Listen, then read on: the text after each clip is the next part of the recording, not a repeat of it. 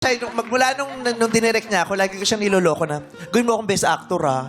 Kasi di ba siya yung actor's director, pag hinandle niya, nagiging best actor, this best picture, nung ano, sabi ko, Direk, gawin mo akong best actor, ha?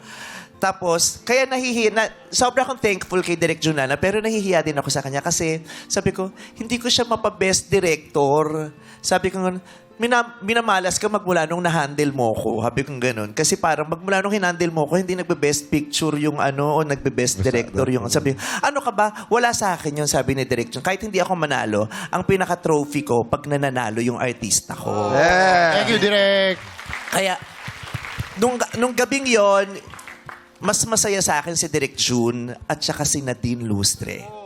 Si Nadine Lustre, hindi yan iyakin sa mga kaswal na ganap. Pero grabe yung iniyak niya na parang inanak niya ako noon. At saka, bago pa nung awards, ang sinasabi niya, kahit hindi ako manalo ate, kailangan manalo ka. Ganun. Pag hindi ka nanalo, magrarant talaga ako. Sabi niya ganun. So, ilalaban talaga kita. Kaya, yung mga co-actors ko, kahit sa Breadwinner, inilalaban nila ako. Kaya natutuwa din ako. Sabi ko, ang sarap sa pakiramdam na inilalaban ako ng mga kasama ko.